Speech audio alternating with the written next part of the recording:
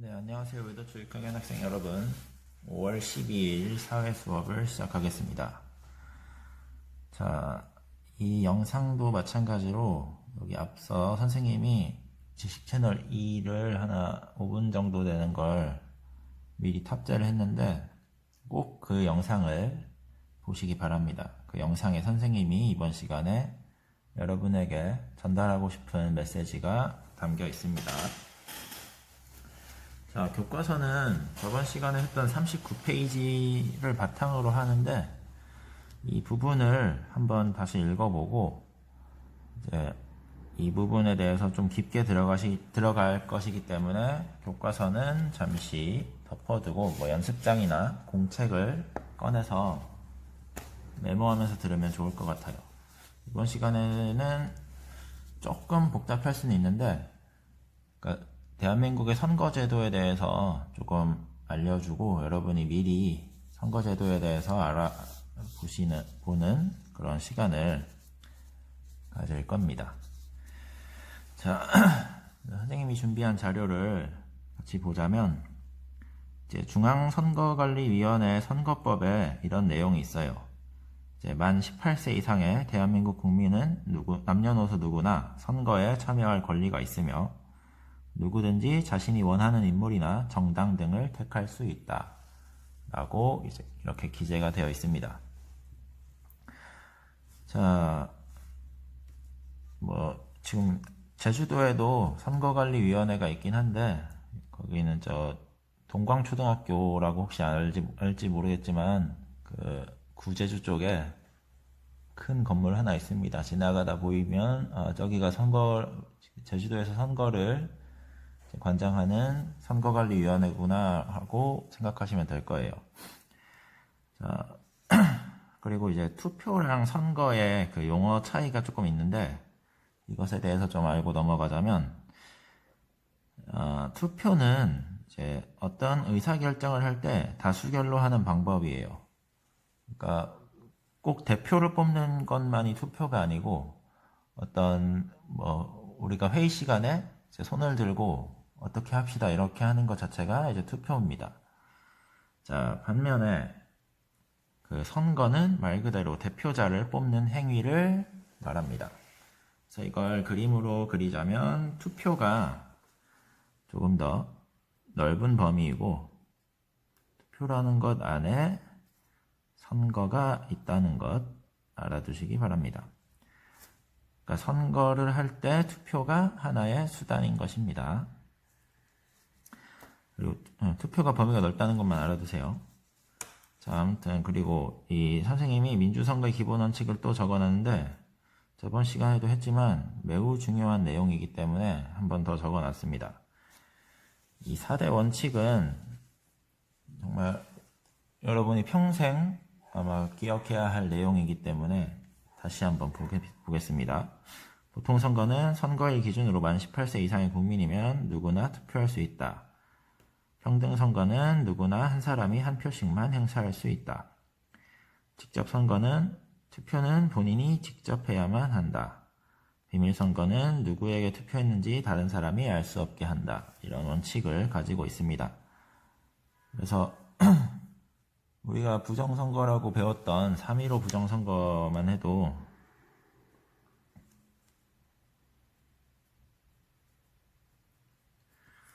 그때는 이제 비밀선거의 원칙도 지켜지지 않았고 나머지가 지켜졌다고 해도 이제 표 자체를 바꿔버렸기 때문에 이 원칙 중에 하나라도 깨져 있는 건 바로 부정선거라고 일컬어서 그 선거 전체를 무효로 합니다. 그래서 그거를 다시 뽑는 것을 하는데 그 내용에 대해서도 뒷장에서 배워보도록 하겠습니다. 여기서는 조금 어려울 수 있어요. 근데 이게 선거에 어떤 사람이 나올 수 있는지 그 자격에 대해서 알아보고 선거가 언제 열리나 그런 것도 알아보겠습니다. 자, 대한민국의 선거, 가장 대표적인 선거 이제 4가지를 선생님이 뽑아봤는데 여러분이 선거하면 가장 먼저 떠오르는 사람이 바로 대통령일 거예요. 아마 우리나라에서 이제 가장 많은 권한을 가지고 있고 우리나라의 대표이자 뭐 책임자라고 할 수 있는 인물이기 때문입니다. 자, 대통령 선거는 이제 현직 대통령의 임기 만료일, 그러니까 대통령 임기가 5년이죠. 자, 이 5년이 만료되기 전으로부터 64일에서 70일 사이에 있는 이제 수요일에 선거를 실시합니다. 그리고 이 선거 때는, 선거일은 여러분이 뭐 최근에도 겪어봐서 알겠지만 공휴일로 정해서, 빨간 날이죠. 학교도 안 가고 이제 국민들이 누구나 이제 투표를 할 수 있게 그렇게 제도를 만들어 놨습니다. 근데 간혹가다 뭐 이런 회사들이 있어요. 우리 회사는 이제 선거일이 휴일이라도 이제 근로자들이 나와서 일을 해야 한다, 이렇게 근로자들에게 선거권을 빼앗는 이런 제도를 갖춘 회사라면 그것은 이제 근로기준법에 위반되는 것으로 처벌을 받게 됩니다. 그러니까 이때는 모든 직장인들이 쉬고 선거에만 전념할 수 있도록 제도가 갖춰져 있다는 거 알아두시기 바랍니다. 자, 그 다음에 나오는 단어가 피선거권자라는 단어인데, 피선거권자라는 말은 내가 선거를, 피가 이제 당하다라는 뜻이에요. 그래서 내가 선거를 당할 권리가 있는 사람, 다시 말해서 이제 출마할 자격이 있는 사람을 말합니다.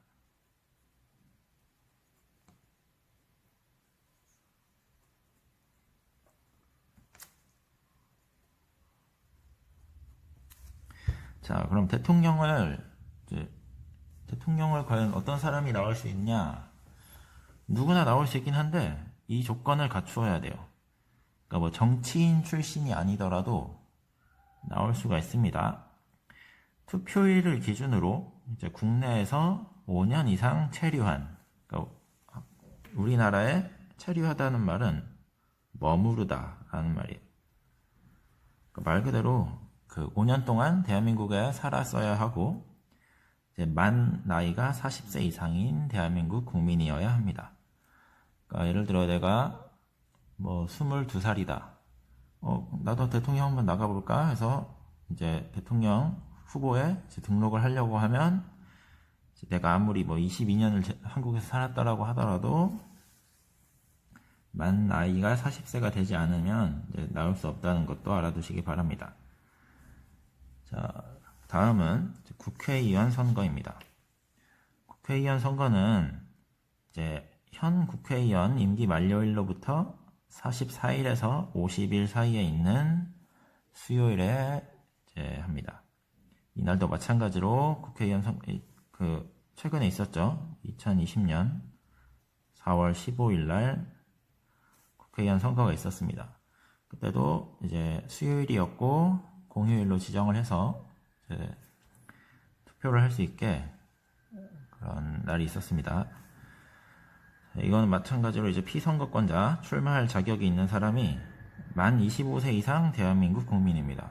대통령에 비해서 조건이 조금 덜 까다롭죠. 그래서 실제로도 이렇게 20대인데 국회의원인 사람들이 몇몇 있어요.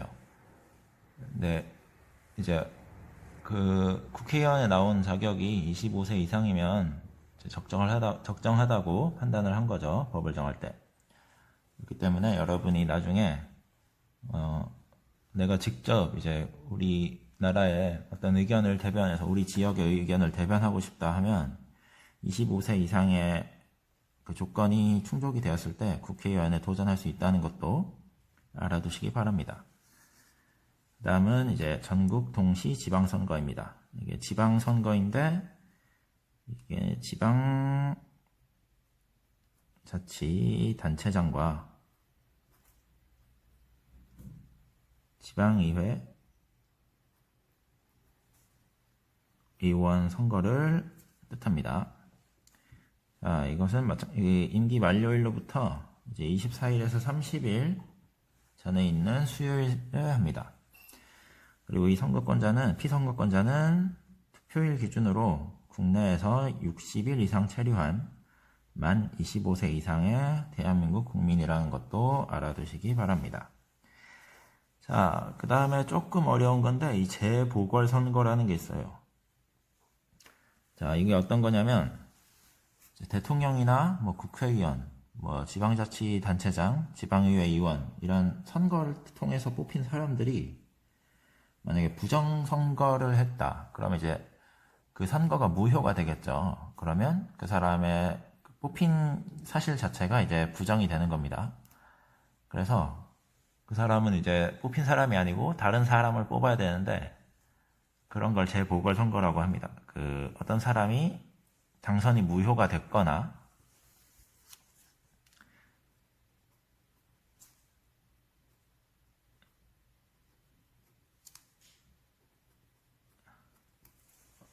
아니면 뭐 이런 경우가 있어요. 뭐 사고가 터져서 뭐 사망을 하거나 등으로 이제 자리를 비우게 되는 경우 재선거라고 하죠. 쉽게 말해 재선거인데 그걸 이제 조금 어려운 말로 재보궐선거라고 합니다. 그래서 대통령 재선거는 이제 여러분이 태어난 이후에 한 번 있었습니다. 박근혜 대통령이 탄핵당한 이후에 그 제19대 대통령 선거가 있었죠. 거기서 문재인 대통령이 당선이 되었죠. 이제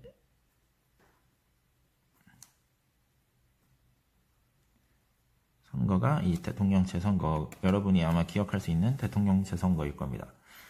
그래서 대통령 권위라는 말이 뭐냐면 이제 자리에서 물러나다 이런 뜻이에요. 이제 사전적인 의미를 담았기 때문에 조금 어려울 수 있어서 해석을 합니다. 대통령이 자리에서 물러나거나 혹은 어떤 사건 등에 의해서 직위 해제, 이거를 직위 해제가 일어난 다음에 탄핵이 일어나는데 아무튼 이게 탄핵이라고 생각을 하면 될 겁니다. 직위 해제 등이 발생한 이후에 60일 이내에 날짜를 공고해서 재선거를 실시합니다. 자, 그리고 대통령 이외에 국회의원, 지방의원, 지방자치단체장의 재선거는 이제 선거 사유 발생일 이후, 그러니까 이 선거 사유 발생일이란 말은 이런 이유예요. 뭐 자리에서 물러나거나 아니면 당선 무효형 등에 의해서 이 사람이 이제 당선이 취소가 된 그런 날로부터 이제 4월 마지막 수요일이라고 하는데 예를 들어 뭐 2019년 뭐 11월에 자리가 비어졌어요. 어떤 사람이 권위가 됐다. 그러면 그 사이에 자리를 비워두고 2020년 4월 중에 4월 마지막 수요일에 합니다. 그런데 이때 조금 알아둬야 될 내용이 지금 2020년 4월 15일 날 선거가 있었죠. 국회의원 선거가. 그렇기 때문에 이때는 국회의원 선거를 4월 말에 마지막 주 수요일에 하지 않고 이때 했습니다. 그래서 2019년 이후에 있었던 재보궐선거는 전부 이날 했습니다. 그것도 알아두시기 바랍니다. 그리고 이제 선생님이 아까 이 영상의 앞부분에 이야기를 했던 이제 그 지식 채널 2의 내용과 이제 관련이 있는 내용입니다. 선생님이 여러분에게 꼭 전하고 싶은 메시지이니 잘 들으시기 바랍니다. 투표를 하지 않는 것과 기권표, 다시 말해 무효표라고도 하죠. 이 차이점이 있습니다. 한번 이야기를 한 적이 있는데 중요하니까 또 한번 얘기합니다. 자, 투표를 하지 않는 것은 이제 내가 정치에 관심이 없다. 난 정치에 참여하지 않겠다. 이런 말을 합니다. 근데 여러분은 지금까지 우리나라의 민주주의가 발전하게 된 역사에 대해서 공부를 해왔으니까 이 민주주의를 위해 얼마나 많은 이제 학생과 시민들이 피를 흘렸고 그 독재자들로부터의 탄압 속에서 어떻게 이 민주주의를 지키기 위해서 노력을 해왔는지를 볼 수 있었습니다. 그렇기 때문에 여러분은 그들이 우리에게 우리의 자유와 말 그대로 민주주의를 위해 노력했던 것에 혜택을 받고 살고 있습니다. 따라서 여러분은 그것을 기리기 위해서라도, 그리고 정말 시민의 자세를 갖추기 위해서라도 반드시 이 정치에 참여해야 한다는 의지를 가지기 바랍니다. 자, 이것과 이제 비교가 되는 기권표에 대해서 이야기를 하자면, 기권표가 담는 의미는 나는 표를 행사하지만 특정 후보를 뽑진 않겠다, 이런 내용이에요. 예를 들면 투표용지가 이렇게 있죠. 뭐 1번, 2번, 3번 뭐 이렇게 있는데, 내가 예를 들어 1번 후보에 뽑겠다 하면 여기다 도장을 찍습니다. 근데 기권표는 어떤 거냐면 여기다가 내가 아무것도 도장을 찍지 않는 거예요. 그래서 그 빈 종이를 그대로 제출하는 겁니다. 그래서 이 기권표의 의미가 이렇게 뽑지 않겠다, 이런 의미가 있고, 하지만 나는 정치인들의 행동에 따라서 다음 선거에서는 나의 표심이 이동할 수 있다라는 그 메시지가 담겨 있습니다. 그러니까 지금 당장 나온 후보, 너네 1, 2, 3, 4, 5번 중에 내가 마음에 드는 사람이 없어서 나는 뽑진 않겠어. 하지만 나는 정치에 참여할 의사가 있는 사람이야. 때문에 정치인 너희들이 정말 열심히 하는 사람이 있다면 나는 다음 선거에는 그 사람을 뽑겠다, 이런 의미를 담고 있습니다. 그렇기 때문에 이 표를 보는 정치인들 입장에서는, 자, 이제 투표를 하지 않는 사람은 정치인 입장에서는 별 신경 쓰지 않아도 되죠. 어차피 정치인의 목적은 일단 내가 국가를 위해, 우리 지역을 위해서 일을 하겠다, 이거지만 그것도 당선이 돼야 내가 일을 할 수 있는 거죠. 그렇기 때문에 첫 번째 목적은 일단 당선입니다. 그 당선이 되기 위해서 여러 사람들에게 자신의 공약을 알리고, 자기가 이렇게 열심히 노력하겠다, 이렇게 알리는 이런 모습을 많이 보이는데, 정치에 참여하지 않는 사람들에게는 저 사람은 내가 이런 공약을 펼치겠다고 하고 뭐 이런 어떤 노력을 하겠다는 이렇게 모습을 보여도 나한테 관심을 갖지 않네, 정치에 관심을 갖지 않네, 이런 생각을 하면서 그럼 저 사람은 내가 굳이 이렇게 뭐 저 사람을 열심히 설득하려고 하지 않아도 되겠다, 이런 생각을 합니다. 하지만 이 기권표인 후보에 대해서는 내가 이번에는 어떻게 당선이 됐지만 만약에 내가 다음번에 이번 임기에서 이렇게 잘 못하거나 혹은 다른 후보가 더 잘하는 모습을 보인다면 저 기권표를 이제 행사한 사람들이 내가 아닌 저 사람을 뽑을 수도 있겠다, 이렇게 경각심을 가지게 합니다. 그렇기 때문에 이 정치인들은 이제 기권표를 얻기 위해서 조금 더 자기들이 노력을 해야 한다는 이런 생각을 하게 되고, 이제 보다 더 열심히 정치 활동을, 그 지역을 위해, 국가를 위해 정치 활동을 하게 되는 그런 상황을 만들게 됩니다. 때문에 여러분은 나 한 사람 이 투표를 할 때 투표하지 않는 사람들의 그 마인드가 뭐냐면, 뭐 내가 뽑아봤자 뭐 결과가 바뀌겠어? 뭐 나 하나가 안 한다고 뭐 세상이 바뀌어? 이런 생각으로 안 합니다. 근데 그런 숫자가 한두 명이 아니라는 것 여러분이 알아두시기 바랍니다. 우리나라가 지금 계속 말하고 있지만 2020년 4월 15일이 좀 의미가 있는 선거였던 게, 선생님 뭐 특정 정당을 지지하진 않지만 의미 있다고 하는 말이 투표율이 66% 정도였어요. 근데 예전에 대통령 선거 같은 경우가 50%대였어요. 50% 언저리. 그러니까 이 숫자가 어떤 의미냐면 우리 국민의 3분의 2만 이제 투표를 하는 겁니다. 나머지 3분의 1은 정치에 관심이 없고 이제 참여하지 않겠다는 의지를 가진 사람들이죠.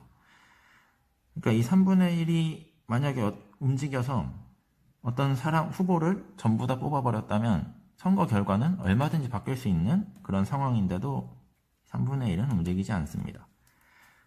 이 대통령 선거 같이 50% 같은 경우는 우리나라의 국가의 대표를 뽑는 가장 중요한 선거임에도 불구하고 국민의 절반가량은 이제 참여하지 않았다는 이런 자료가 있습니다. 여러분도 이런 이 데이터를 보면 좀 느껴지는 게 있죠. 우리나라 국민들이 얼마나 정치에 무관심하고 있는지. 여러분이 성인이 되었을 때는 절대 이렇게 투표에 참여하지 않는 이런 사람이 되지 말고, 이제 내가 뽑을 사람이 없어서 안 뽑는 한이 있더라도 그냥 빈종이를 내세요. 그러면 그러니까 여러분의 그 의사를 어떤 식으로든 꼭 표현을 해서 정치에 참여할 수 있는 이런 민주시민의 자질을 갖추기 바랍니다. 참고로 여담 하나만 하고 마치겠습니다. 우리나라에서 실제로 있었던 일인데 2019년 청양군이라는 이제 지역에서 이제 지방의원 선거를 했습니다. 근데 여기 당선된 사람이 한 표 차이로 당선이 된 거예요. 그러니까 이제 떨어진 상대방 입장에서는 조금 많이 아쉽겠죠. 그래서 좀 무효표가 없나 이렇게 이의 제기를 했는데,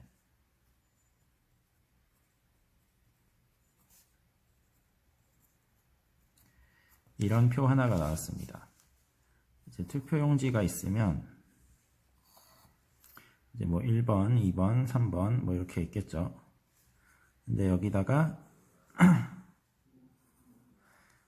뭐 그 후보가 몇 번인지는 잘 모르겠지만 1번에다가 이렇게 뭐 그 표시를 했는데, 이 잉크가 실수인지 고의인지 몰라도 다른 번호에 살짝 이렇게 묻었던 거예요.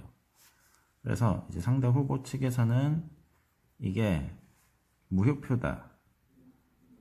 그러니까 무효표는 아예 아무것도 안 찍거나 아니면 2개 이상을 찍을 경우에 무효표가 됩니다. 근데 이 한 표 차로 당선된 사람 측에서는 이게 동그라미는 온전하게 찍힌 게 1번밖에 없고 여기는 실수로 묻은 거다, 이런 식으로 주장을 했고, 상대방은 이것도 어쨌든 도장이 표시된 거니까 이게 찍히긴 찍힌 거라서 무효표다, 이렇게 주장을 했고 결국 법원까지 갔습니다. 법원의 판결은 이게 무효표가 아니고 이제 그냥 한 표, 1번을 찍은 거라고 이제 인정을 한 거예요. 그래서 이 사람이 당선이 확정이 돼서 한 표 차이로 이제 지방의원에 당선이 된 사례가 실제로 있었습니다. 그렇기 때문에 여러분이 내가 한 표를 내 한 표가 어떤 의미가 있을까, 이런 생각을 할 때 이런 사례를 한번 기억해서, 만약에 이 무효표를 찍은 사람이 반대 사람을 뽑았다면 한 표 차이로 다른 사람이 됐겠죠. 그래서 이 한 표 한 표 모든 사람의 이 의견이 다 소중하다는 걸 깨닫고 여러분도 꼭 정치에 이렇게 참여할 수 있는 그런 시민이 될 수 있도록 앞으로 좀 노력을 해야 될 것 같습니다. 그래서 오늘 사회 수업은 여기서 마치겠고, 이제 다음 시간에 또 이어서 사회 수업을 시작해 보겠습니다. 자, 고생하셨습니다.